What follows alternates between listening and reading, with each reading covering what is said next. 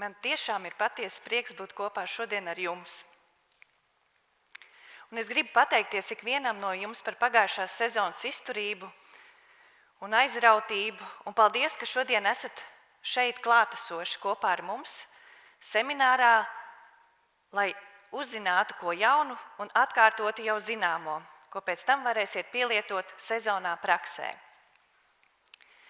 Mana šīs dienas tēma ir ar pieaugošu aktualitāti un visticamāk par to mēs runāsim nākamajos gados aizvien vairāk. Bet vai par to mēs runāsim no zaudētāja vai uzvarētāja pozīcijas, ir viss atkarīgs no tā un no visu lauksaimniecībā pušu iesaistītās izpratnes par situācijas nopietnību. Jo šī tēma, es teiktu, ir diezgan smaga. Mainoties tirgus pieprasījumam un līdz ar to tam sekojot augu maiņai un arī pieaugot bezapvērses tehnoloģijām, mēs tiešām esam ieguvuši daudz. Bet ir kāda lēni samilstoša situācija, par kuru mēs runājam pārāk klusi. Jo šo visu faktoru kopums ir veicinājis nezāļu bioloģiskās daudzveidības maiņu mūsu sējumos. Un savu uzvaras gājienu ir pieteikušas viendīglapju nezāles. Tās izmanto mūsu pašu lēmumus un tehnoloģijas pret mums. Un tad, kad mēs tās ieraugam savā sējumā, vairs nav jautājums, kā tā tur nokļuvušas, bet gan, ko es vēl lietas labā varu darīt. Un te Pandoras lādē vāks vaļā. Ko nu? Jo brīdī, kad mēs konstatējam šīs viendīglapju nezāles, viņas jau ir tādā attīstības stadijā, kad herbicīdi vairs nespēja nodrošināt vēlamo efektivitāti. Un es ļoti labi zinu to sajūtu, ka tu sava lauka tuvumā ieraugi kaut ko nevēlamu, ko tu negribi redzēt. Un tā 3 gadus atpakaļ, braucot uz savu saimniecību, es ieraudzīju kaimiņa laukā neauglīgo jumtauzu. Es, protams, kaimiņam piezvanīju un informēju viņu par to, un paldies viņam par atsaucību, un viņš tiešām pieteica cīņu šai neauglīgajai jumtauzai. Bet tikreiz šim laukam braucot garām, tā man bija kā tāds sarkans karoks, kas vienmēr man atgādināja, esi modra, es te esmu, un tas ir skaidrs, ka tas ir tikai laika jautājums, ka tā būs arī manā sējumā.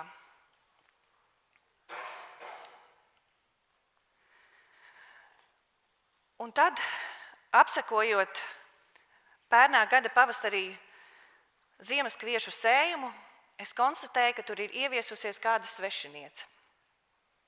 Jo līdz šim lietotie rudens herbicīdi visas viendīglapju nezāles bija efektīvi ierobežojuši, bet tā viena jaunā bija palikusi. Un tad man gribējās to identificēt, lai saprastu, ar ko tad man būs jācīnās. Tad es sāku mikroķirurģisku cienīgu izpētes darbu. Sāku rakt, taustīt, bildēt, griezt, pētīt, un viss liecināja par to, ka tā ir neauglīgā jumtauze.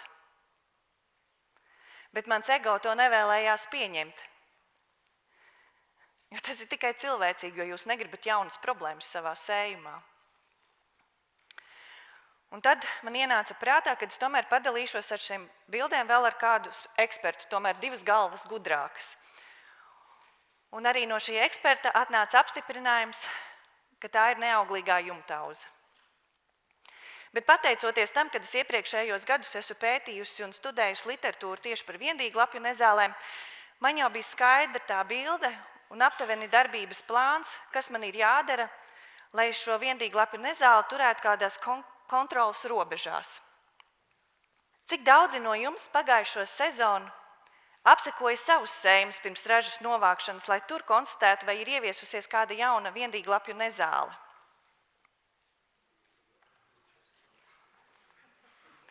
Un vai jūs apzināties to, ka viena šāda jauna suga var mainīt jūsu nākotnes lēmumus un saimniekošanas metodes. Es esmu Maira Marga, praktizējoša agronome savā ģimenes saimniecībā tepat Dobeles novadā un agronoma konsultanta uzņēmumā BASF. Un šis stāsts nav tikai par mani vai par kādu no jums, bet kopumā par jebkuru lauksaimnieku, kuram nāksies stāties pretī šiem izaicinājumiem. Tāpēc šodien es dalīšos ar zināšanām un informāciju par to, kā atpazīt viendīglapju nezāles. Jo tikai zināšanas ir tās, kuras mums var atgriezt kontroli pār mūsu laukiem. Lai raža paliktu mūsu saimniecībās, mūsu sējumos un mūsu nākotnē. Kāpēc ir mainījusies augsnes apstrādes tehnoloģija? Gatavojoties šim semināram, es atradu interesantu rakstu, kur bija rakstīts par to, ka daršana bija nepieciešama tikai dēļ tā, lai tiktu galā ar lielo salmu masu, jo tā laika sējmašīnas sprūda un nespēja sagatavot kvalitatīvu sēklas gultni. Bet attīstoties tehnoloģijām un uzlabojoties salmu smalcināšanai, mēs esam pārgājuši un izmantojam saimniecībās aizvien vairāk bezapvērses tehnoloģijas, jo arī sējmašīnas jaunās var daudz labāk tikt galā ar šo te lielo sasmalcināto salmu masu, izveidojot kvalitatīvu sēklas gultni. Un mēs visi esam uzņēmēji, un ir skaidrs, ka mēs audzējam to kultūru, kura mums nes vislielāko peļņu. Un tāpēc pēdējos gados mums ir pieaugušas tieši ziemas kviešu platības un rapšu platības, līdz brīdim, kamēr mēs rapsim ieguvām vēl augstas ražas. Un arī sējas darbi, rudens darbi sāka notikt aizvien agrāk, bet katram savu iemeslu dēļ. Visi šie 3 iepriekš minētie punkti veicina viendīglapju nezāļu izplatību, bet mēs par tiem nerunātu, ja mums būtu risinājumi, efektīvi herbicīdi, kas spētu ierobežot šīs visas viendīglapju nezāles, kas ir mūsu sējumos. Bet, diemžēl, tirgū darbīgās vielas iziet, un jaunu inovāciju trūkuma dēļ mēs vairs nevaram paļauties uz herbicīdiem vien. Tāpēc mums jāmeklē arī alternatīvas metodas, lai ierobežotu viendīglapju nezāles. Tāpēc aicināšu noskatīties kādu video stāstu tepat no Latvijas, lai jūs izprastu situācijas nopietnību.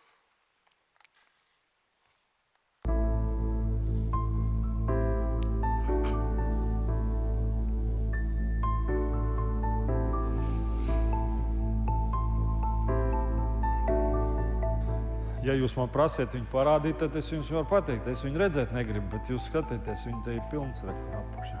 Rekur no vienas vietas. Viss, kas ir smalkāk par kviešiem, tā viss ir aireni. Patreiz vēl ir kvieši, un vajag atbraukt pēc mēneša, ja būs pluss, tad viņu vairs nebūs. Tad būs tikai aireni. Sliktākais tajā visā ir tas, ka es minu, ka dotajā momentā, ja viss tā turpināsies, mēs tuvākajā laikā paliekam bez ieročiem, ar ko cīnīties par šo problēmu. Un ja tas pārvēršās, šāda zaļa pļava mums pārvēršās arī uz priekšu, tad nezinu. Es viņu labāk redzētu beigt, nevis tādu zaļu. Ja? Tad es priecātos ar visiem kopā, bet par viņu zaļu es galīgi nepriecājos. Vislielākās galvas sāpes mums sagādā, protams, ka tās ir viendīglapju nezāles. Aktualizējas ar katru gadu. Nāk jaunas sugas, varbūt pat ne jaunas sugas, bet sugas, kas pielāgojušās mūsu apstākļiem. Un, principā, tās ir airenes un peļstīšu lapsasta. Tagad ir vislabākās 2 nezāles - aireni un lāčauz. Ja, ja lāčauz vēl kaut kas var piebeigt, tad aireni ir daudz, kas izmēģināts, un īsti rezultāti nav. Mūsu gadījumā tas parādījās apmēram 4 gadus atpakaļ. Konkrēti airenes. Un tā Airenes problēma ir tā, ka viņa nav kā, Balandu Usne vai vienalga kāda cita zāle, kad viņu sezonā vienu reizi tu uzvari un viss ir kārtībā uz nākošo gadu. Šī ir, cik tu reizes ar viņu tiec galā, tik viņa reizes dīkst un tas nebeidzamais ir pasākums. Ir tāda sajūta, ka tas ir tā kā no ceļa malām. Tādā izpratnē, kad apsēja ceļu uzturētāji ceļmalas ar zālēm maisījumiem, kuri nezinu, kur pirkt sēklas. Tad ir vēl kāda ar starpkultūrām, kas šobrīd ir ļoti populārs, ka tas varētu būt kaut kur ievests arī no starpkultūru maisījumiem no Rietuma Eiropas. Tāpatās tā ir nomas tehnika, kur iet uz riņķi. Tiek nomāta tehnika, kas strādā gan Rietuma Eiropā vai vispār Vidus Eiropā. Un pēc tam nāk pie mums strādāt. Sēklas materiāls. Tur katrs ir pārliecināts par savu variantu un nevaram mēs rast tādu kopsaucēju, kāpēc. Tas mānīgais ir tas, kad nomiglo un tad jau atbrauc, paliek dzelteni. Mēs esam uzvarējuši. Pēc 2 nedēļām atbrauc, tu esi zaudējis to pasākumu. Tur ir nākošā kārta un viņš ir zaļš un tur viņš arī ir. Katrā gadījumā ir ļoti skumji, ka tu izdari visu uz lauka, kas ir tavos spēkos, zinot problēmu, pievēršot šai problēmai uzmanību. Viss tavs ieguldītais darbs principā ir bezjēdzīgs. Viens ir finansiālās lietas, un otrs, ka tas ir principā cīņa ar veidzirno. Ar Airenēm cīnās, cik es zinu, man liekas, viena liela daļa Zemgales šobrīd pilnīgi noteikti. Tas nav tā, ka mums kaimiņš viens par neko nedara, tur ir bēdu ielē. Viņš jau, man liekas, 3 gadi iegūst 0 ražu. Jā. Uzvarēt droši vien, ka var, tikai kad un ar ko. Graudaugos pašlaik mums tirgū ir herbicīds, kuram principā ir 100% tā efektivitāte. Diemžēl tas aizsardzības laiks ir pa īsu. Un tur tā darbīgā viela ir flufenacēts. Un kā mēs zinām, viņš no šī tirgus iet prom par nožēlu. Teiksim, tās zāles ir pieejamas un ir kaut kur dabonams, tad tikai vajag atrast variantu, kā viņas var dabūt pie mums. Ir jautājums, vai mums ir pavasarī būs tā problēma. Turpināsies. Ja pavasarī tā problēma turpinās, tad mums vairs nav ieroču, principā, ar ko viņi tik galā.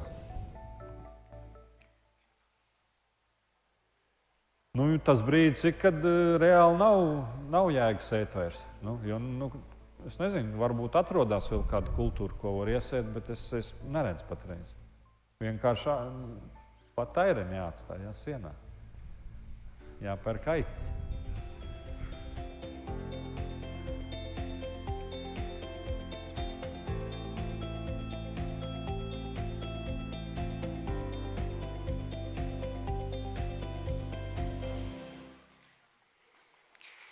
Paldies Andrim un Jānim par problēmas aktualizēšanu caur savu pieredzi.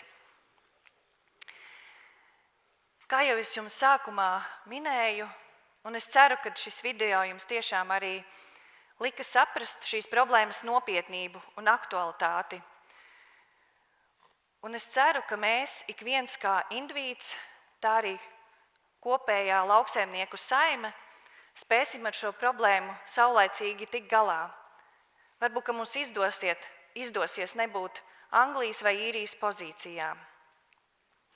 Bet turpinot šo aktualitāti, mums ir jāsaprot, lai mēs uzvarētu šo cīņu, mums ļoti labi jāpārzina, kas mums ir pretinieks. Un tāpēc pirmais solis mums ir jāidentificē, kas tad tur pa viendīglapju nezāli ir konkrēti mūsu sējumā, jo tikai tādā veidā mēs varam pieņemt pareizos lēmumus un risinājumus tās ierobežošanai. Nākamais svarīgākais punkts ir lauka monitorings. Kāpēc lauka monitorings? Jo īpaši starp kaimiņu laukiem, gan mežiem, gan grāvjiem Ir svarīgi apsekot tos regulāri, jo viendīglapju nezāles var digt dažādos laika periodos, tāpēc mums lauki jāapseko visu cauru sezonu. Un jāveic vai nu tā fotofiksācija, vai arī jāveido pieraksti, kuros mēs tiešām atzīmējam, kurās vietās un konkrētās sugas mūsu sējumā atrodas. Un nākamais svarīgākais faktors, kas mums ir jāpārzina, ir nezāļu bioloģija, jo tā ir atslēga uz veiksmīgu plānu izstrādi, lai ar tām sekmīgi mēs tiktu galā. Tāpēc mums ir jāpārzina to dīgšanas laiks un apstākļi, attīstības cikls un konkurētspēja, kā arī reakcija uz augsnes apstrādi un herbicīdiem. Lai izprastu katras viendīglapju nezāles kaitniecību, sagrupēja tās 3 daļās. Ļoti grūti ierobežojamās, grūti ierobežojamās un ierobežojamās. Kā redzat, pie ierobežojumām ir sagrupētas tās viendīglapju nezāles, kuras jau ir diezgan sen sastopams mūsu sējumos, un mēs ļoti veiksmīgi ar viņām vairums lauksaimnieku spēja tikt galā. Tad pie grūti ierobežojamām es esmu ielikusi tās, kuras pēdējo gadu ir pieteikušas savu iznācienu, tās ir lāčauzas. Tā skaitā neauglīgā jumtauza, ko arī dēvē par sterilo lāčauzu. Bet šo nezāles esmu ielikusi arī pie ļoti grūti ierobežojumām, un pateikšu, kāpēc. Tāpēc, kad ar viņas ierobežošanu praksē mums tik labi nevedās. Jo, ja mēs viņu pamanām sējumā pavasarī, viņi jau ir izveidojusi ļoti druknu un spēcīgu ceru. Un tie herbicīdi, kas ir efektīvi it kā uz lāčauzām pavasarī, un lietojot lielākās devas, mēs viņu tā kā ierobežojam, viņi sākumā ir ļoti atsaucīgi uz herbicīdu, bet vēlāk apsekojot sējumu, mēs redzam, ka viņi izveidojās vai nu par punduru lāčauzu, vai arī vēlāk stiebrojot kviešiem, savārpojot arī šī skara no lāčauzas tiek izmesta ārā. Un līdz ar to mums ir ļoti svarīgi, lai mēs savus sējumus apsekojam tieši kviešu savārpošanas laikā, lai noteikti, vai mūsu sējumā ir kāda no viendīglapju nezālēm, jo īpaši neauglīgā jumtauza. Jo vēlāk neauglīgai jumtauzai nobriestot sēklām, šī skara kļūst ļoti smaga un viņa iekrīt laukā iekšā, un līdz ar to jūs pat nezināt, kad jums šāda aktualitāte ir jūsu sējumā. Tālāk pie ļoti grūti ierobežojumām tādas jaunākas nezāles, kas ienāk mūsu Latvijā, ir ieliktas peļastīšu vulpiju un peļastīšu lapsas, tā kā arī jau pat video aprunātā daudzgadīgā un daudziedu airene. Kā tad noteikt viendīglapju nezāles? Ja par divdīglapju nezālēm mums ir diezgan viegli viņas noteikt, jo katrai nezālei ir ļoti unikāla lapas forma, tad viendīglapju nezālēm šī lapas forma ir ļoti līdzīga. Un pat biologi saka to, ka šī ir vienīgā suga, kur ir visgrūtāk identificēt, un es varu viņiem pievienoties. Tāpēc mēs šodien arī esam jums paņēmuši līdzi paraugus, lai jūs varētu patrenēties pēc dažām pazīmēm tās atpazīt. Jo īpaši viņas ir grūti atpazīt mazās attīstības stadijās. Un tā pirmā pazīme, pēc kā jūs varat skatīties, ir lapas aizmetnis, vai tas ir saritinājies vai salocījies. Nākamā pazīme, pēc kā jūs varat skatīties, ir vai nav austiņas. Bet tāda jau izaicinošāka atpazīšanas metode ir pēc mēlītes. Jo tad, kad mums nezāle ir kultūrauga laukā, kuru mēs labi mēslojam, var gadīties tā, ka arī šī nezāles pazīmes neatbilst īsti tam, kas literatūrā ir atrasts. Tāpēc mums ir jāskatās arī vēl pēc citām pazīmēm. Un, piemēram, tā ir lapa, pēc kuras mēs varam skatīties, vai tā ir apmetota, vai tā ir spīdīga, vai gluda, vai rievota.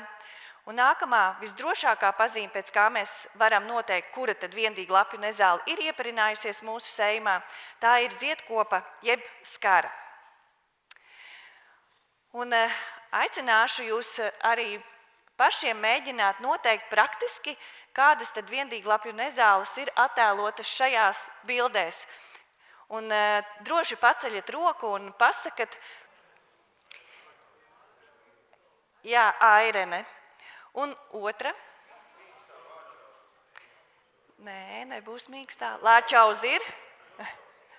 Jā, neauglīgā jumtauza. precīzi. Un vai jūs atpazīsiet nākamās? Pareizi dzirdu. Peļastīšu lapseste un vulpija. Ļoti labi, malači. Tā kā ar to mums viss ir skaidrs. Tātad nākamais, par kuru jau es jums stāstīju, ir par šo te, kāda tad izskatās jaunā lapa pumpurā. Jūs literatūrā varat atrast arī vārdu vernācijas, kas izskaidro šo te lapas izvietojumu dzinumā, un salocīts ir mauras karenei, peļastīšu vulpijai un daudzgadīgajai airenei. Savukārt saritinājies vernācijas jeb lapas izvietojums pumpurā ir daudziedu airenei, un tā ir tā pazīme, kā mēs viņu vienu no otras varam atšķirt. Un peļastīšu lapsastei, parastajai rudzusmilgai, parastajai gaisārai, vējauzai un visām lāčauzām būs saritinājies lapa pumpurā. Attiecīgi, ja runājam par austiņu, ir vai nav austiņa. Jūs redzat, ka pirmajā attēlā tā ir austiņa, kas aptver visu stiebru, bet varbūt arī īsāka austiņa. Un trešajā attēlā ir viendīglapju nezāle, kurai austiņas nav.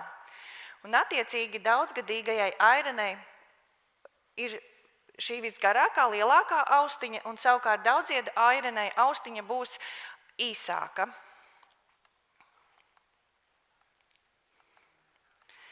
Attiecīgi par mēlītēm.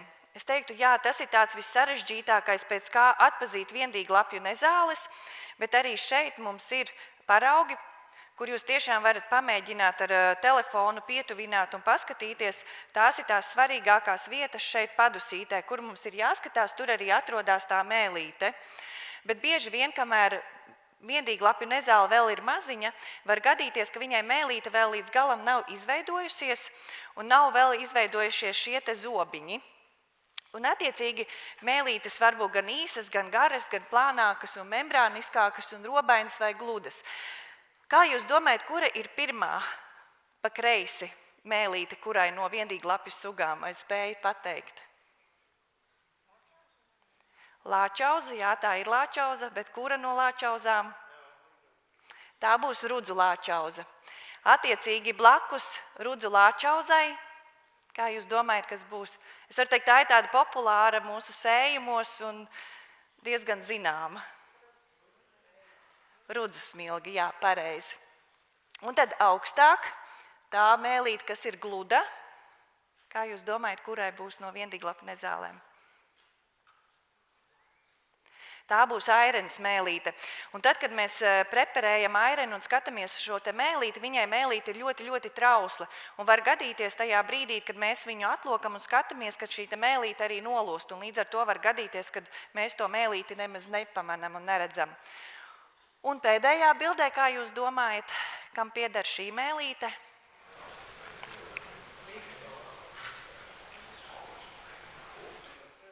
Pateikšu lāčauza priekšā.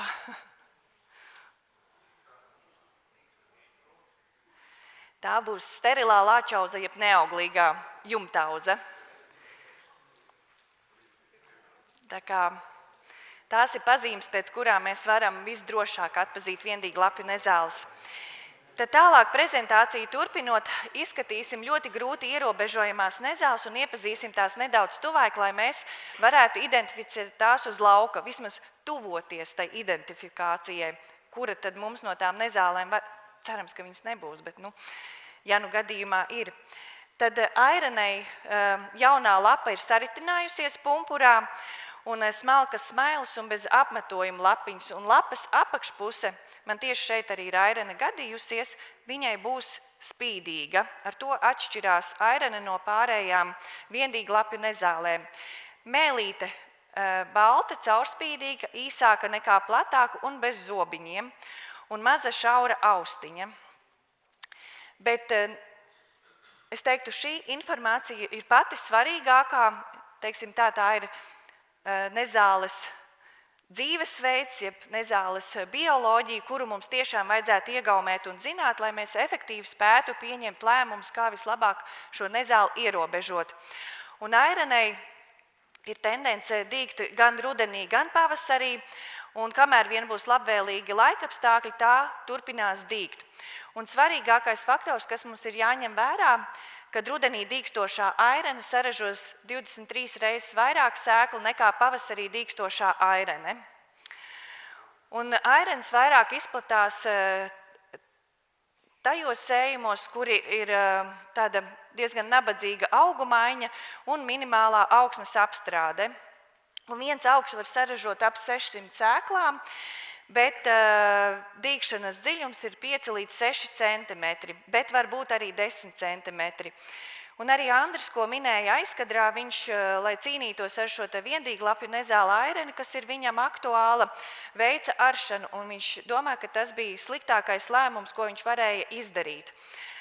Un gatavojoties arī šai prezentācijai, 2022. gadā bija publicēta informācija par peļastīšu lapsasti, kad šī rotācijas aršana var sekmēt peļastīšu lapsastes ierobežošanu, bet tikpat labi var izdarīt šo situāciju daudz sliktāku un kaitnieciskāku. Un tāpēc es personīgi varu teikt, ka es diezgan apšaubu, vai šī aršana airenes gadījumā ir pats pareizākais lēmums. Sēklas bankas ilgmūžība ir 2 gadi, bet varbūt arī 5 gadi, un dīgtspējas kritums līdz 70%. Ja mēs paskatāmies tīri schematiski, cik tad mēs sēklas varam no airenes dabūt kā sēklas banku atpakaļ, tad, piemēram, ja viens augs uz kvadrātmetru saražo 8 skaras un vienā skarā ir 100 sēklas, tad kopā tās būs 800 sēklas no auga. Un pieņemot, ka dzīvotspēja ir 70% un to, kad uz katru kvadrātmetru ir pa airenes augam, tad kopā uz hektāru mēs varam iegūt 5,6 miljonu sēklu, kas ir ļoti daudz. Un attiecīgi, lai mēs sekmīgi varētu ierobežot aireni, mums jāpanāk tās ierobežošana vismaz 97%, kas ir ļoti augsts cipars. Tāpēc mums ir jāizmanto visas iespējamās metodas, kas vien ir pieejamas, lai šo aireni efektīvi kontrolētu. Jo arī speciālisti, kas tiešām ļoti pēta šo viendīglapju bioloģiju, atzīst, ka airene ir 2 reizes agresīvāka par peļastīšu lapsasti. Un tā sliktākā ziņa, ja runājam par airenes ierobežošanu, tad 2025. gadā bija publicēta informācija, kad airenei ir rezistence pret glifosātu. Un šis gadījums ir atklāts apvienotajā karalistē, un tas ir pirmais precedents pret jebkuru no nezāļu sugām. Un kura airene Latvijā ir sastopama? Mans darba areāls vairāk ir Kurzeme un daļa Zemgales, tāpēc es nepretendēju, ka es esmu aptvērusi visu Latviju, bet šie lielākie perēkļi sākotnēji bija Bausku un Iecau, bet nu jau šie aireņu perēkļi sāk virzīties arī tālāk pa visu Latviju. Jau pieminētā peļastīšu lapsaste turpinājumā. Jaunās lapas ir smalkas, gludas, var būt arī spīdīga augšpuse, bet var arī nebūt spīdīga augšpuse. Un lielāku augu apakšējais apvalks bieži ir violets. Lapas plakanas, augšējā virsme ir raupja, bet apakšējā gluda, kā jūs labi varat redzēt arī šeit pa labi bildē. Un mēlīte ir saplaisājusi, membrāniska plēsta, austiņas nav. Bet, ja runājam par mēlīti, tad mēs varam arī sastapt peļastīšu lapsastei, kurai mēlīte var būt arī viļņveidīga. Arī tāda informācija ir atrodama literatūrā. To bildi man izdevās uzņemt Lietuvā izmēģinājumā. Un, kā redzat, arī jauns augs peļastīšu lapsastes vēl arī nav šī violetā krāsa pie stiebra pamatnes apakšas. Peļastīšu lapsasti var viegli sajaukt ar parasto rudzu smilgu, un tās savā starpā ir diezgan grūti atpazīt. Bet peļastīšu lapsastei būs stāvāks un druknāks cers. Attiecīgi, ja mēs runājam par peļastīšu lapsastes bioloģiju, tad dominējoši tā arī sadīkst rudenī 80% un patīk izplatīties sējumos, kuros dominē ziemāji, un arī ir reta aršana. Sēklas saražo vidēji līdz 800 sēklām, un dīgšanas dziļums ir no 0 līdz 5 centimetri. Un sēklas bankas ilgmūžība ir 1 līdz 5 gadi, bet dīgtspējas kritums līdz 80%. Kopumā peļastīšu lapsasti ir sastopama 60 valstīs, un kā problēma aizvien vairāk un aktuālāk ir palikusi arī Austrumeiropā un Ziemeļeiropā. Un attiecīgi, lai mēs izprastu šīs nezāles bīstamību un postīgumu, cik viena neakurāta darbība vai paviršums vai kļūda var mums maksāt, tad mums pietiek ar vienu šādu te mazo sēklas šotiņu, lai pēc 2 gadi mums laukā jau būtu viens lielais big bags ar sēklu. Un attiecīgi, lai mēs spētu nepavairot peļastīšu lapsastes sēklu banku savā sējumā, tad mums jāpanāk vismaz virs 97% efektivitāte. Jūs noteikti prasīsiet, kā to ir iespējams dabūt. Tad, piemērs, lai nav tikai teorija, no franču kolēģiem, kuriem peļastīšu lapsaste ir ļoti, ļoti aktuāla. Un izmēģinājumā uz kvadrātmetru bija pat 200 augiem no peļastīšu lapsastes, un A variantā tika izvēlēts lietots herbicīds pa saaugušu rapsi, kuram ir augsta efektivitāte.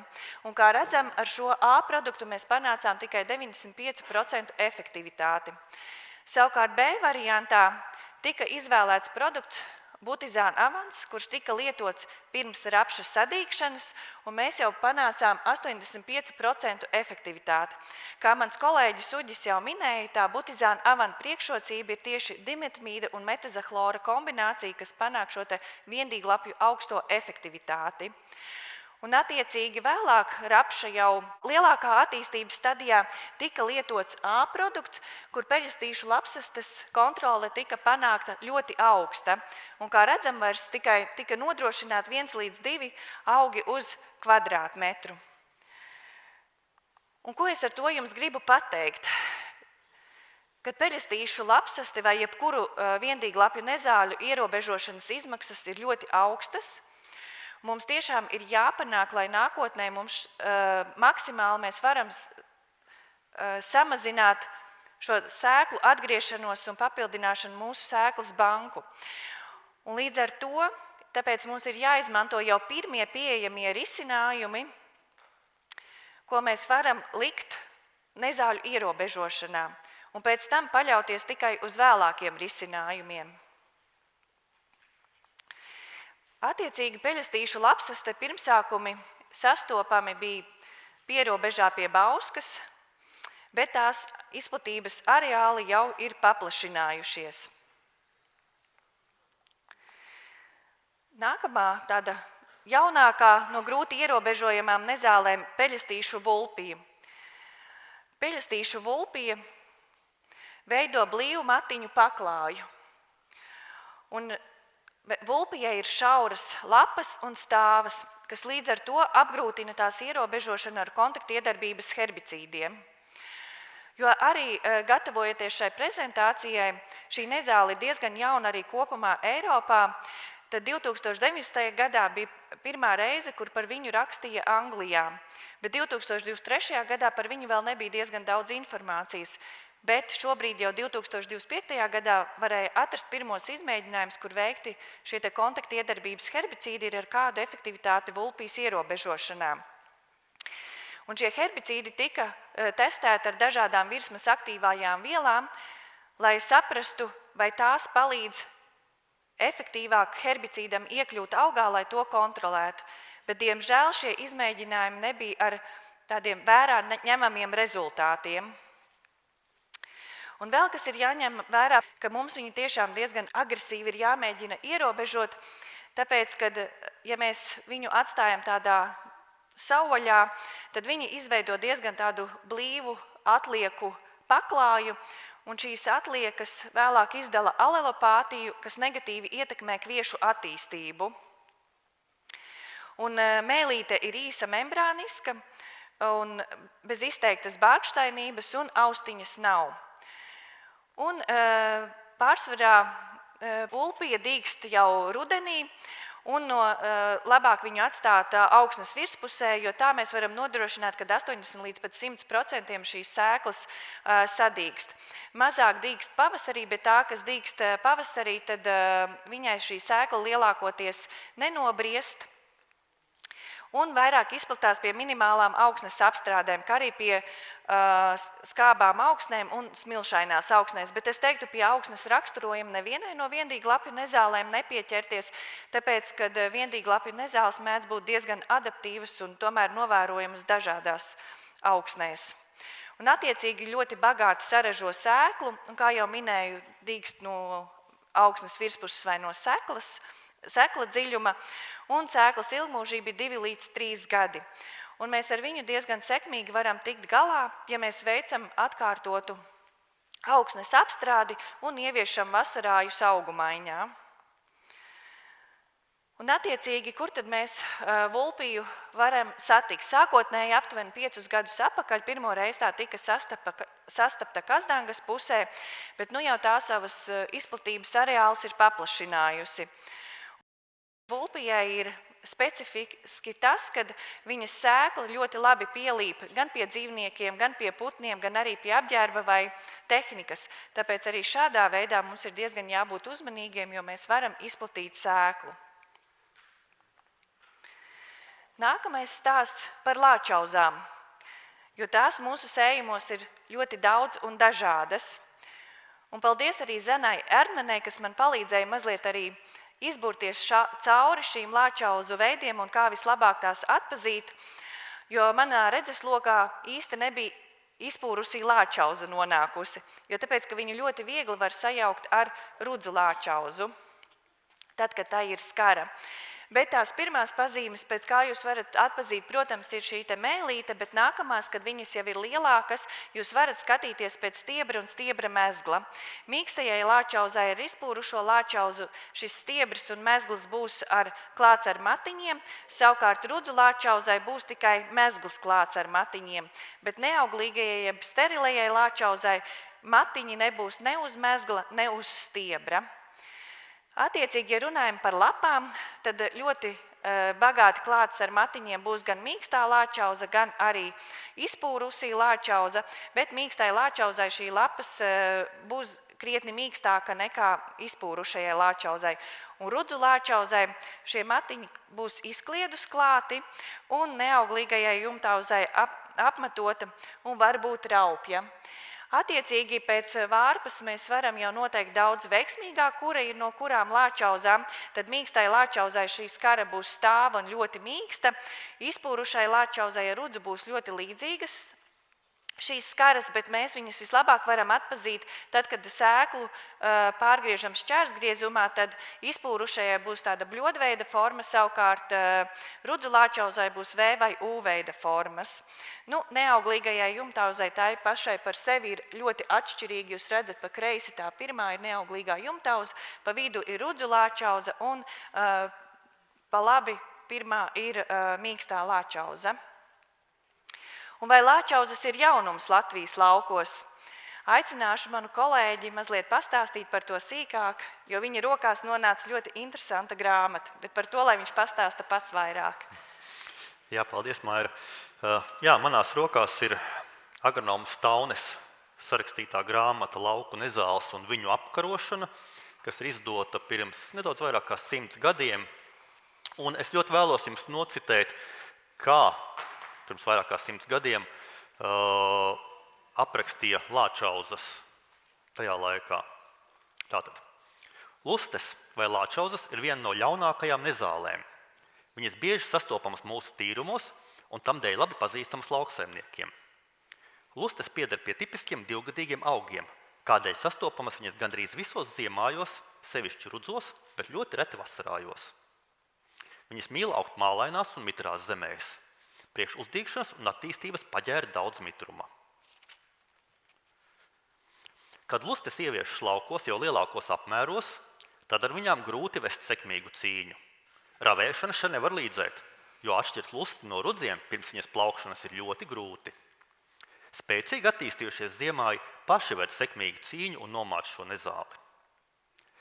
Kā labs līdzeklis priekš šīs nezāles apkarošanas uzskatāms arī rušināmo augu ievešana lauku augstsakā. Tomēr galvenais cīņas līdzeklis ar šo nezāli būs laba un tīra sēkla. Un vēl viens citāts. Lai kavētu lustu sēklu ieplūšanu tīrumos, vajag biežāk nopļaut nezāles graumalās, ežmalās un ceļmalās. Manuprāt, dažas rekomendācijas ir aktuāls joprojām ar šodien. Precīzi, Jāni. Paldies tev. Turpinām tad prezentācijā ar ļoti grūti ierobežojumu, ko es kvalificēju kā neauglīgo jumtauzu. Un tā veido ļoti lielu ceru, jau arī rudenī, un lapas ir īsas, plakanas, apmetotas un varbūt raupjas. Mēlīte zobaina, membrāniska. Un austiņu nav. Un ja mēs agrā attīstības stadijā esam uz lauka, un tur ir tikai viena lapiņa no lāčauzas, tad viņas visas būs klātas ar matiņiem. Tā kā mēs jebkurā gadījumā varam konstatēt, ka mūsu sējumā ir lāčauza. Bet šo te, kura no lāčauzām mēs tomēr varam noteikt vēlākā attīstības stadijā. Un, ja runājam par neauglīgo jumtauzu, tad dominējoši tomēr tā dīkst rudenī, bet var dīgt arī pavasarī, kā piemēram arī manā gadījumā. Pērn sējot linus pavasarī bija novērojama arī neauglīgā jumtauza, kura bija jāierobežo. Un viņai patīk arī, ja dominē ziemāji augu maiņā un minimālā augsnes apstrāde. Un spēja saražot 50 līdz 200 sēklas, un arī tas izaicinājums tās ierobežošanai efektīvai ir, kad spēja dīgt no 7 cm dziļuma. Un sēklas bankas ilgmūžība ir 2 līdz 5 gadi, bet dīgtspējas kritums var būt pat līdz 90%. Bet ko es gribu likt jums aiz aurs tieši par neauglīgās jumtauzes efektīvu ierobežošanu, ja rudzu lāčauza vai mīkstā lāčauza mums diezgan viegli pakļauja, es neteiktu, varbūt nav pareizais vārds viegli, bet pakļaujās herbicīdu ierobežošanai, tad neauglīgā jumtauza būs diezgan liels izaicinājums. Un ir jāzina viens mazs knifs, ka tieši neauglīgai jumtauzai pēc ražas novākšanas, ja sēkla mums nonāk augsnes virspusē un ilgi tā dabūna gaismu, tā aiziet miera periodā.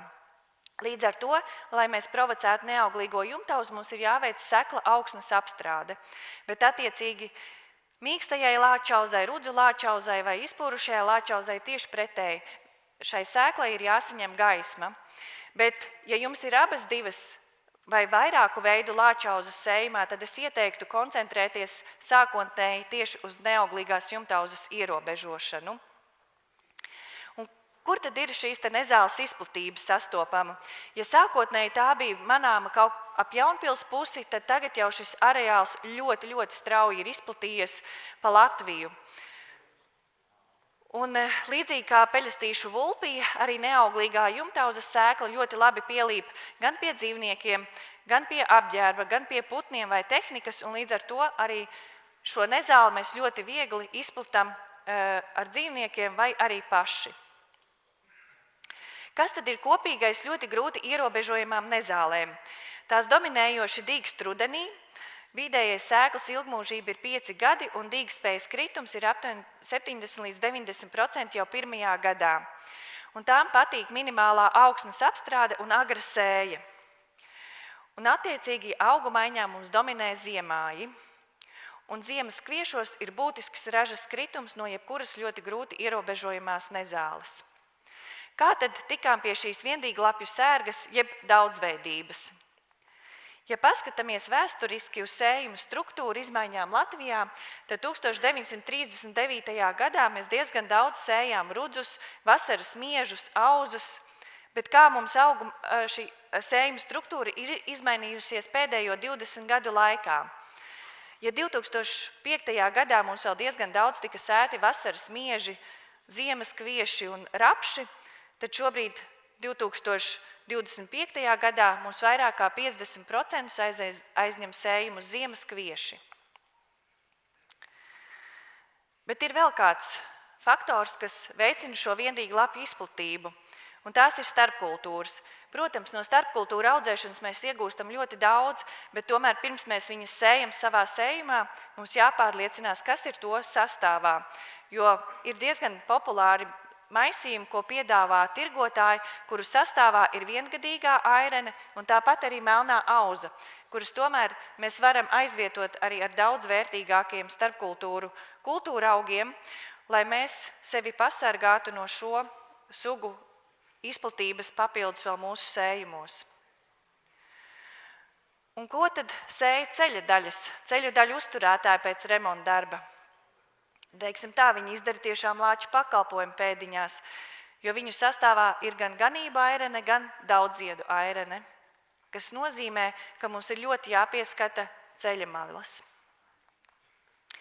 Ko darīt tagad? Kādi tad ir preventīvie pasākumi? Lauku un lauku monitoringu zona regulāri tā ir jāveic un jāveic pieraksti, sekot līdzi progresam, kā veicās ar šo viendīglapju nezāļu ierobežošanu, un to darīt vismaz 5 gadus, jo 1. 2. gadā jūs īsti šo te progresu nemanīsiet. Un būt proaktīviem un disciplinētiem. Kāpēc? Tāpēc, ka lai panāktu tieši šo te rezultātu, jo arī, ja jūs redzat kaimiņu laukā, noteikti informējiet viņu par to, un ja jums ir kaut kādas citas iespējas ietekmēt šo te globālo nezāļu izplatību Latvijā, tad noteikti tas mums arī visiem kopā ir jādara. Praktizējam vēlo sēju sējumos, kuros ir šīs te problēma viendīglapju nezāles, un mēģinam arī daudzveidot šo te augu maiņu. Kā arī izmantojam jebkuru risinājumu, kas var samazināt šo te viendīglapju nezāļu izplatību. Un kas mani visvairāk satrauc, ko es pagājušo sezonu ieraudzīju, tās ir laukmeles un zaļās joslas, kur arī apmeklējot lauksaimnieku un braucot uz viņa lauka, kādā ceļa mala laukā bija ierīkota zaļā josla, un tā visa bija aizaugusi ar neauglīgo jumtauzu. Un tāpēc es īstenībā aicinātu arī šīs nevalstiskās organizācijas lūkot pēc tā, vai ir iespēja veidot kādas izmaiņas, kad mēs šīs zaļās joslas kopjam daudz cītīgāk, jo īpaši situācijās, ja mums ir šīs viendīglapju nezāles.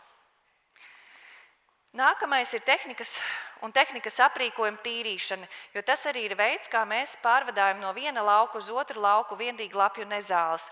Bet pats lielākais nezāļu izplatītājs viendīglapju nezālēm ir kombains. Un šeit neliels video stāsts, ko ir sagatavojuši dāņu kolēģi. Kombains tiek tīrīts pēc lauka, kurš bija piesārņots ar aireni, un veikta tāda pirmā kombaina tīrīšana, ja būtu jābrauc no lauka uz lauka. Tāpēc primāri mēs izvēlamies kult laukus, kuros nav piesārņojumi ar viendīglapju nezālēm, tad seko lauki, kur ir mazāk piesārņoti, un nobeidzam tad šos kulšanas darbus, ja vien tā mums ir iespējams, ar šiem te laukiem, kur ir augsts piesārņojums ar viendīglapju nezālēm. Un veicot šo te pirmo svēršanu, tika konstatēts, ka šīs sēklas no lauka 38 kg tika iegūtas.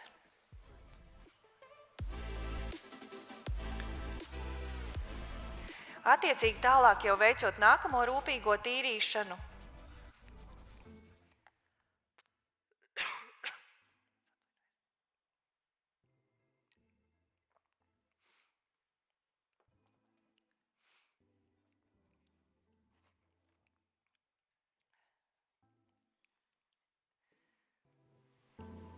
Papildus tika iztīrīti vēl 18 kg.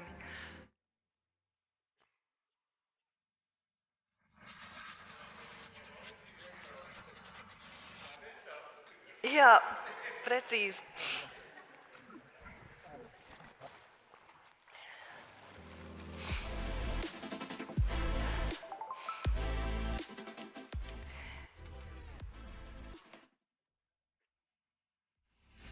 Veicot rūpīgu kombainu tīrīšanu pirms tā ieziemošanu, papildus vēl tika iegūti 26 kg. Vai jūs saskaitījāt kopā, cik tie kilogrami bija? 82 kg, jā.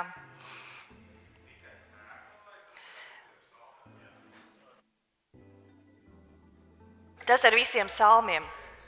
Visi netīru. Un tas svarīgākais ir, atceramies arī ne tikai pašu kombainu iztīrīt, bet arī un tā ratiņus.